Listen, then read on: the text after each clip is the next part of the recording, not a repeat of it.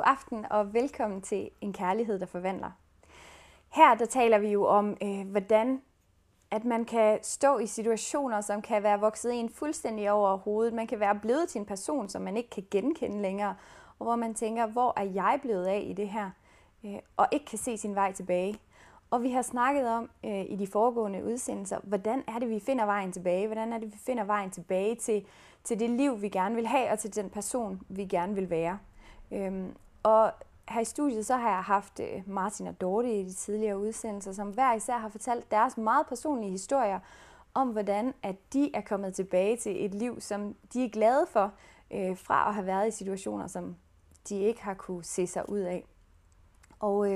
Og sidste gang, så havde vi besøg af Martins mentor, hvis vi kan kalde ham det, som simpelthen har udarbejdet et materiale, som nemlig fortæller, hvordan at vi kan bevæge os fra A til B, og på en eller anden måde bevæge sig tilbage til et liv, som man har lyst til at leve. Og i dag så rejser han rundt i hele verden og underviser ud fra det materiale, og vi er rigtig glade for at have haft besøg af ham, og han har lovet at være tilbage den her gang. Og i dag så har jeg simpelthen også fået lov til at have Dorte med mig, så jeg er rigtig glad for at kunne byde velkommen til både dig, Dorte, og dig, Wayman. Thank you so much for coming back. Glad to be here. It was wonderful to have you last time. It was so exciting to hear about your personal story, about how your marriage was completely transformed from something people said had no chance whatsoever to a solid, strong marriage. Yeah. And you're still married. Yeah. 24 years later. 24 years later. That's wonderful. And we're so happy to have you again. We're looking so much forward to hearing more of your story and more of the principles you've written down and that you're teaching from. Og Dorte, tusind tak, fordi du også vil være med. Du har jo også haft lidt berøring med Wayman tidligere, men ikke helt på samme måde som Martin. Men hvordan kom du i kontakt med det her Ministry Love Works, som jo er grundlagt af Wayman? Ja, som jeg var inde på en af de tidligere udsendelser, så blev det et vendepunkt for mig, da jeg kørte galt i 2012. Hvor jeg sådan kort fortalt havde haft meget travlt op til med at få bygget mit liv op og få bygget alting op omkring de ting, som andre forventede af mig, og de ting, som jeg forventede af mig selv, for at mit liv skulle være komplet, og for at jeg skulle vise over for mine forældre især, at jeg faktisk kunne blive til noget, og at det var muligt for mig at opnå de ting, som jeg stræbte efter. Da jeg kørte galt, så vendte det hele på hovedet, og jeg fandt ud af, at jeg blev nødt til at lede efter et andet fokus. Jeg blev nødt til at finde et sted uden for mig selv, som kunne være svaret på mine spørgsmål. Jeg har arbejdet sammen med Martin, hvor han mange gange har forsøgt at introducere mig for Loveworks, uden særlig stor held. Jeg har altid lyttet og tænkt, at det lød interessant, men det havde ikke noget med mig at gøre. Og efter jeg kørte galt, der faldt jeg bare ned i et sort hul. Jeg synes, det var svært at finde ud af, hvad jeg nu skulle kæmpe for. Jeg havde svært ved at få ændret mine værdier. Og blev fyret fra mit arbejde af. Og efter jeg blev fyret, der havde jeg besøg af mine gamle kollegaer. Og hvor Martin blev, spurgte om vi ikke skulle bede sammen. Og derefter, der kunne jeg mærke, at jeg fik materialet bagefter. Og kunne mærke, at der skete noget, da jeg begyndte at læse det. Jeg blev meget ramt, blev meget berørt. Men havde stadigvæk svært ved at få relateret det ind til mit eget liv. Jeg havde svært ved at tage det ind i mit liv. Jeg synes, livet med overgreb og med min mors sygdom, at Gud var så fraværende, at jeg havde svært ved at tro på, at han egentlig helt reelt var til stede i mit liv, og at han helt præcis ønskede at komme mig i møde. Og det er jo nok en meget naturlig reaktion i forhold til, at man tænker, hvordan kan det, der skal forestille at være en kærlig Gud, lige pludselig tillade sådan noget her? Ja. Og som jeg også var inde på i en af de tidligere udsendelser, så gjorde det noget ved mig, at min tanke den ændrede sig fra at tænke, at Gud måske nok har været nærværende i mit liv, men på en eller anden måde også havde steppet væk og gået væk fra mit liv af, i situationer, hvor jeg ikke mærkede ham, eller hvor jeg følte mig alene under overgrebene, for eksempel. Og var der mange af Waymans historier, der talte meget ind i mit liv. Og efter jeg havde læst dem, så var jeg ude at gå en tur i skoven en dag, hvor jeg havde det, som om Gud han talte til mig, fortalte mig, at han ønskede, at jeg skulle dele mit liv, jeg skulle dele mine smerter, og jeg skulle turde åbne op og fortælle det til Martin. Vi skulle bede ind i det. Så det gjorde jeg efter noget modstand og efter noget tid. Delte min historie, og vi mødtes, og vi bad. Nogle gange bare os, og andre gange sammen med en veninde. Og bad om, at der måtte komme lys ind i alt det der mørke og alle smerte, der havde været. At Gud vil vise sit nærvær. Og det var en meget stor forvandling, at komme ind over mit liv. Ja, så det der rørte dig dybt, det var lige præcis Waymans personlige historier, som du kunne relatere dig til. Ja. Ja.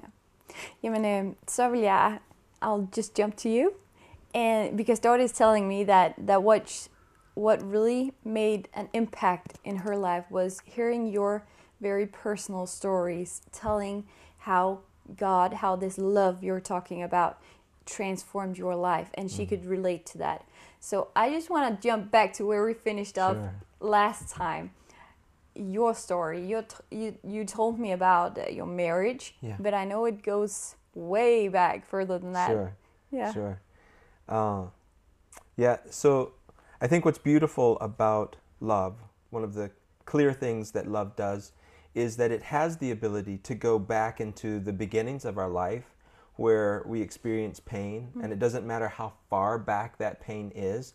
Love has the power to reach back into it, to bring healing, and to bring life, and to bring something out of death. And that's just the power of love. And growing up, my family, I had 4 brothers and sisters, and I was the oldest boy. I have my father's name, so we share a name, and I'm the oldest boy, but I didn't have my father's love or his blessing or his favor. My father was capable of love because he did love one of his 5 kids. That must have been very difficult to watch and not being the object of that love.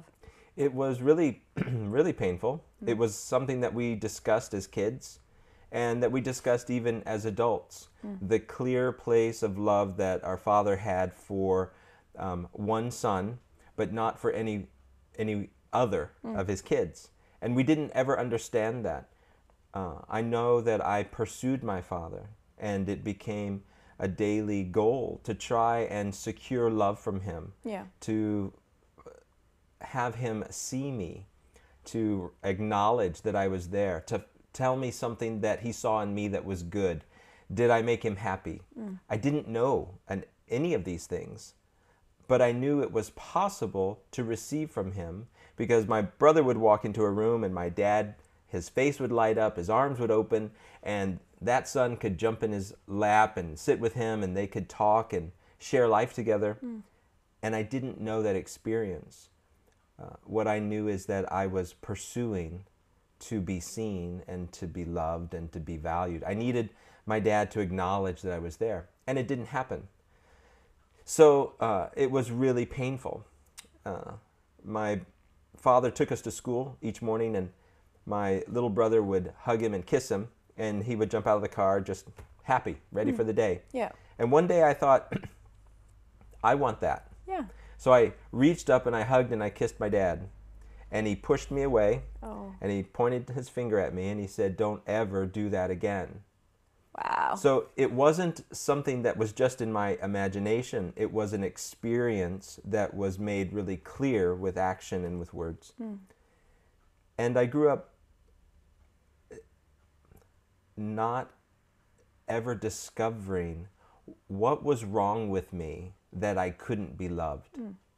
What did I not know what to do? What did I need to do so that my father could see me? And that was what my life became about, trying to find a way to be seen and loved. That would damage any child to be cut off from a parent's love like that in such an apparent way. It created a lot of anxiety, a lot of self-doubt, a lot of self-hatred. And it ended up developing a sickness. So I needed to be on medication in order to eat food. Oh. Because every time I ate, I wanted to throw up. So that medication I was on for several years.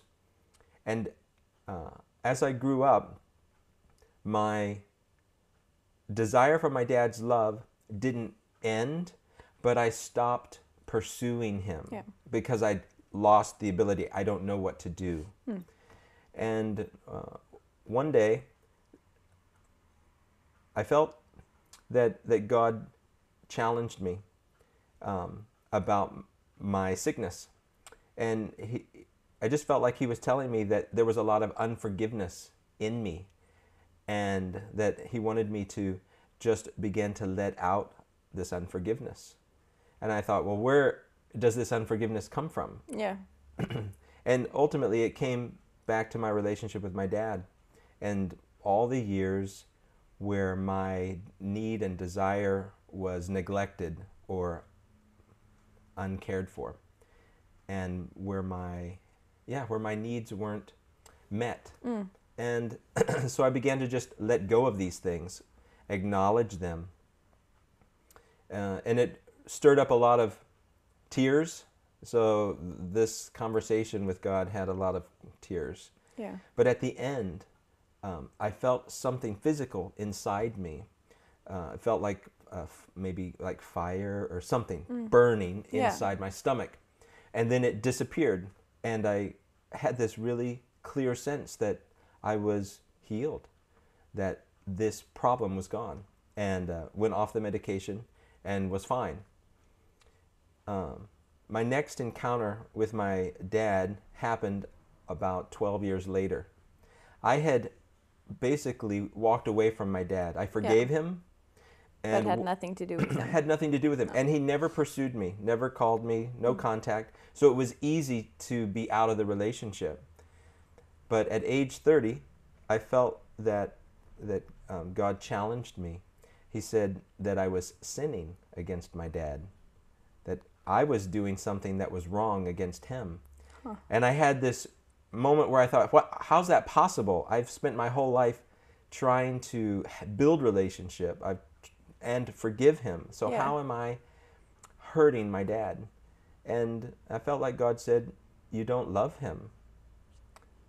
And then my heart that was a challenge, because one thing is forgiveness and letting all the hurt go, but another thing is loving him despite of everything.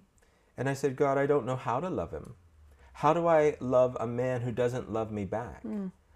When I try, it's like walking through a minefield, and I always blow some body part off. Yeah. You know, it's not a pretty experience.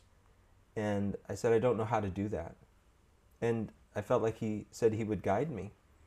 And this was coming around the same time that I was rebuilding my marriage. So I'm having this... on top of everything. On top of everything else, I have this other journey coming. And it's with my father. And it's like, while I'm in the lessons of love, might as well bring in everything that we can look at and practice with. And I said, so what's the first step? And he said, write down every expectation that you have, every desire that you have about your dad. What do you want from him? So kind of the same you had to go through with your wife. Yeah. Exactly. And I thought, I haven't seen my dad in 12 years. What do I want from my dad?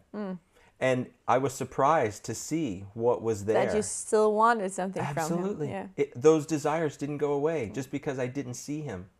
And suddenly they were up, and they were fresh, and it was painful. And now the desires went further, because now I'm married. He's never met my wife. I have children. He has grandchildren. Yeah. He's never met them, never talked to them, never seen them. And so all these desires for relationship stirred up, and I wrote them all down. And then I felt like God said, now I want you to let them go, because your dad will not be that man. What you want is not going to happen. so let it go. Isn't it a difficult message to receive that now you've reconnected with all these desires, all that you want from him, and then just to be told that's not going to happen. Yeah. Deal with it. Yeah.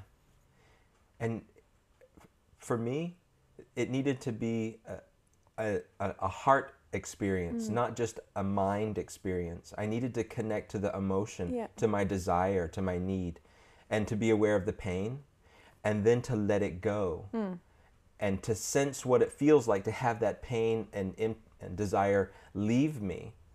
And then God said something that I didn't anticipate. He said, I want to be a dad to you. I want you to see that I can come and meet you in these places. And so that was kind of a new experience. Okay, we'll see how, that's a powerful how do you statement. do that, right? Yeah. I said, so what do I do now with my dad? And he said, I want you to go serve him. Find ways to interact with your dad. So I had to reconnect, and the serving was fairly simple. But isn't it, I could imagine that being more difficult with your dad than with your wife, because with your wife you had a goal. You know, you had something you worked towards. You wanted to you wanted to what do you call it? You wanted to reconnect with her. Yeah. But with your dad, you'd already been told that's not going to happen. Yeah. Wasn't it difficult? I mean, putting all that aside and serving him anyway. It was difficult because there wasn't that kind of a goal. What is this going to create between us? I didn't know. No. Instead, what God was stirring inside of me is, I want you to live in the truth of who you are. You are a man of love. That's who I created you to be. Yeah. So it doesn't depend on whether or not he loves you back. You can still live in the truth that you're a man of love. Yeah. And that was what the journey was about. So I would call, I would email, I'd send letters, we'd send presents. My father never responded for 10 years. Wow. And after 10 years, we got a phone call. And I got on the phone, and my dad said 3 words: I need you. And my heart broke. I can imagine. I'd never heard those words from my dad. And some really deep feelings came up. Yeah. And I said, what do you need, Dad? And he said, I'm in the hospital. I need you to come see me. And so I flew to another part of the United States and went in and sat with my dad for 3 days. And during those 3 days, my father began to confess all the ways that he'd hurt me. He acknowledged that he didn't love me. He acknowledged that he didn't pursue me. He didn't know my kids, his grandkids. He just confessed all of this darkness and did the same with other members of our family. And he said that he was afraid that he wasn't going to leave the hospital, that he was going to die there, and that he wouldn't be able to make all these relationships right. And I said, Dad, we can do that now. And I just felt that, prayer is such a beautiful way to experience release of darkness and the receiving of life and light. And we just invited God into that moment and said, Dad, all this that you've confessed to me, we can let that go, and we can wash you with God's love. And he can forgive you if you want that. And he said he wanted that. Wow. And so I had that moment with my dad where we took all that darkness for all those years, 30 years for me, and washed it away. Because that's the power of love and the power of God's love, to wash away the stain and darkness of sin and pain and destruction. And the next day, my father died. And I don't live in regret today. Today, I live in a place of joy that I pursued my dad. Yeah. And we don't know how long it takes to love somebody before potentially their heart can break or before they can find freedom. but they won't find freedom if we don't love them. But that's an amazing angle to all of this, because one thing is, as you mentioned last time, one thing is what love does to ourselves when we experience being loved. But another thing is, what does love do to others when we love them? Yeah. And that's just a beautiful story, because this was just you loving him that changed his life. Yeah. Dorte, I want to... Det gør vi på dansk. Det var en af de historier, som rørte dig, og som du på en eller anden måde kunne relatere til i dit liv. Vil du prøve at fortælle os lidt om, hvad var det ved lige præcis det her, der gjorde, at du følte dig så rørt? Wayman har mange historier i bogen, som rørte mig rigtig meget. Rigtig meget, meget tæt kontakt med den smerte, der har været i hans liv. Og mit liv har på mange måder haft mange paralleller. Både i forhold til overgreb, men også i forhold til at vokse op uden at føle sig set og elsket og mødt i mine behov. Og blive set som den, jeg er.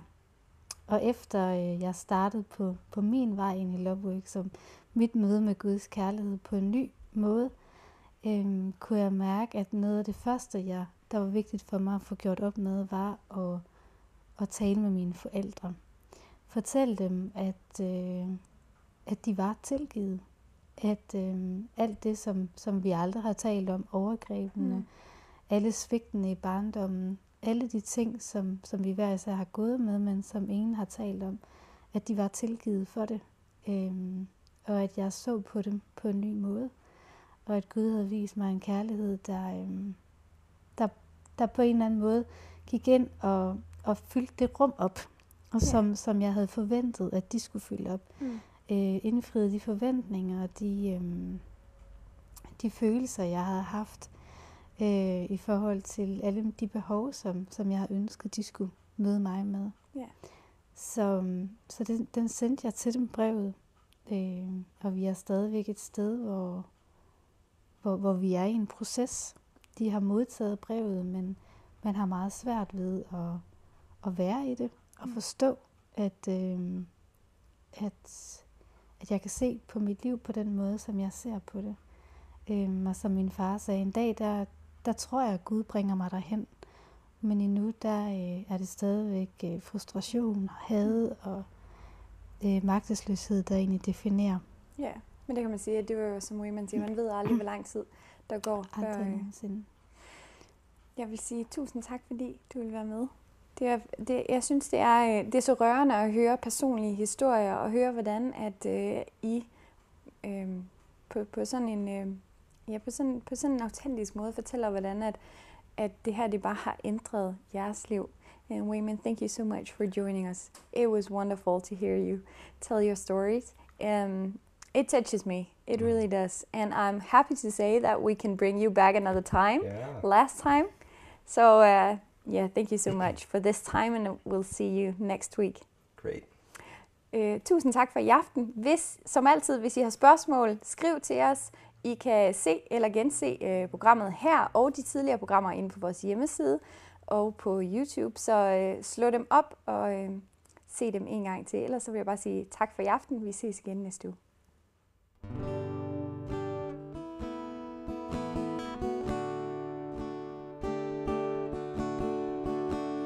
I'm forgiven because you were forsaken. I'm accepted